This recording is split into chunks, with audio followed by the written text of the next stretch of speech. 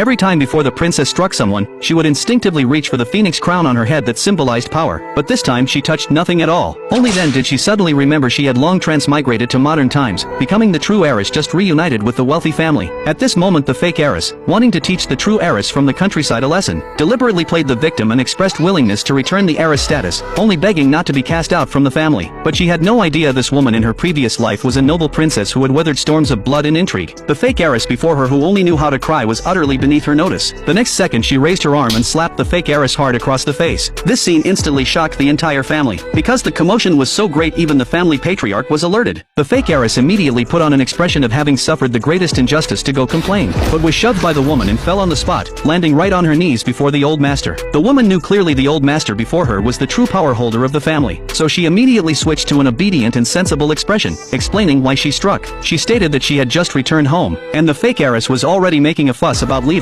Once such things spread, outsiders would only say the family was cold and heartless, welcoming back the birth daughter only to drive out the adopted one. This slap was merely teaching her manners on the old master's behalf. The old master nodded repeatedly after hearing this. He looked at this sensible granddaughter with growing satisfaction, while showing obvious impatience toward the fake heiress crying non-stop beside them. The old master in high spirits immediately ordered servants to prepare a room for the woman, but the servants said only guest rooms remained. The fake heiress immediately stepped forward, pretending to be generous and offering to give up her own room. This gesture again earned her a few points of favor from the old master, just as the fake heiress was secretly pleased with herself. The woman grabbed her hand and directly accepted this kind offer. She declared on the spot that she was the family's only true heiress. No matter how large the guest room, it was meant for outsiders. There was no reason for family to stay in guest rooms. The old master immediately nodded in agreement. The fake heiress never expected she was only saying it, yet the woman showed her absolutely no courtesy. After the old master left, the two brothers immediately stood up for the fake heiress. They stated that the baby swap years ago was the hospital's fault, not the fake heiress's. At this moment the woman lifted her head, eyes reddening, suddenly shedding tears. She choked up recounting her experiences over these 18 years, abused and beaten by the fake heiress's birth parents. As she spoke she rolled up her sleeves, revealing shocking scars covering her body. The two brothers were instantly speechless. To make it up to her, the eldest brother directly handed over a card with 5 million for spending money. He also promised she could ask for anything she wanted in the future. But what the woman wanted was never just this 5 million. She took the opportunity to propose working at the family corporation. The eldest brother, thinking of what he owed her, agreed without hesitation. Soon came the woman's first day at the corporation. The fake heiress also asked the eldest brother if she could intern at the company. How could she accept all the spotlight being stolen by the woman? So she decided to regain face in the workplace. Both entered the marketing department to introduce themselves. The fake heiress spoke first, emphasizing she was the wealthy family's heiress. She deliberately implied the woman was just a poor relative from the countryside, because the eldest brother had instructed that family matters must not spread.